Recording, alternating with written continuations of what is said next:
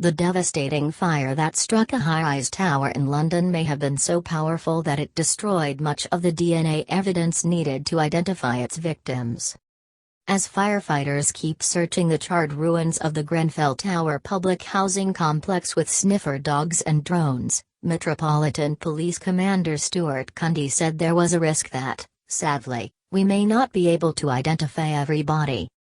Experts said the intensity of Wednesday's fire at the 24-story building will make naming victims extremely difficult, drawing comparisons to the 2001 World Trade Center terror attacks in New York, where 40% of the victims were never identified.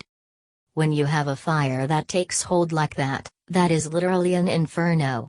You get a lot of fragmentation of bodies, charring of bones, and sometimes all that's left is ash, said Peter Vainitsis, a professor of forensic medical sciences at Queen Mary University in London.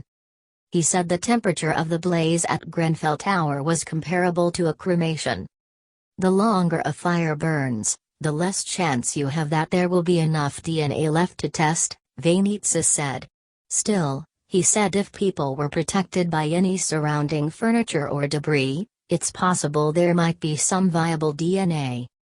Vainitsis said the best chance to identify victims may be if officials find any remaining bits of teeth or bone, which are usually the last parts of the body to be destroyed.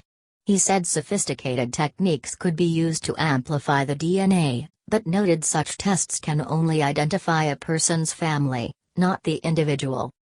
Vainitsis added that medical devices like a pacemaker or any artificial implants could be used to identify people by finding their registration details.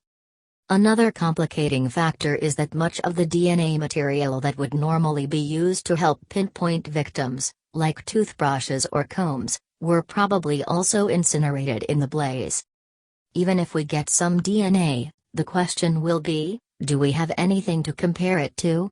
Said Denise Inderconcourt, a forensic science expert at King's College London. In those cases, Inderconcourt said experts would need a DNA sample from other family members or need to see if there are any reference samples available elsewhere, like a hospital blood or tissue test.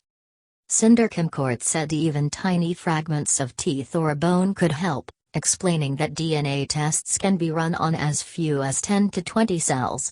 She said many identifications would probably be done via dental records, predicting that such samples would be more likely found from people who died of smoke inhalation, rather than those killed by the fire itself. Inderconcourt said the testing process would likely take months, as officials scour through remains, search for things like comparison DNA and go through a lengthy verification process.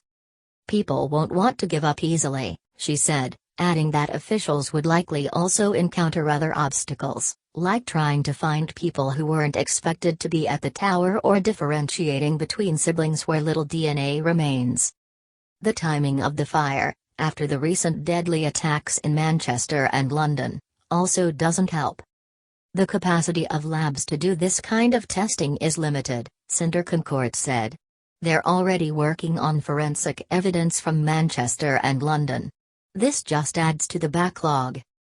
As of Friday, London police said 30 people have died in the Grenfell blaze. Britain's Press Association has reported that some 70 people are still missing after the fire, based on a compilation of verified reports. AP. Share this. Click to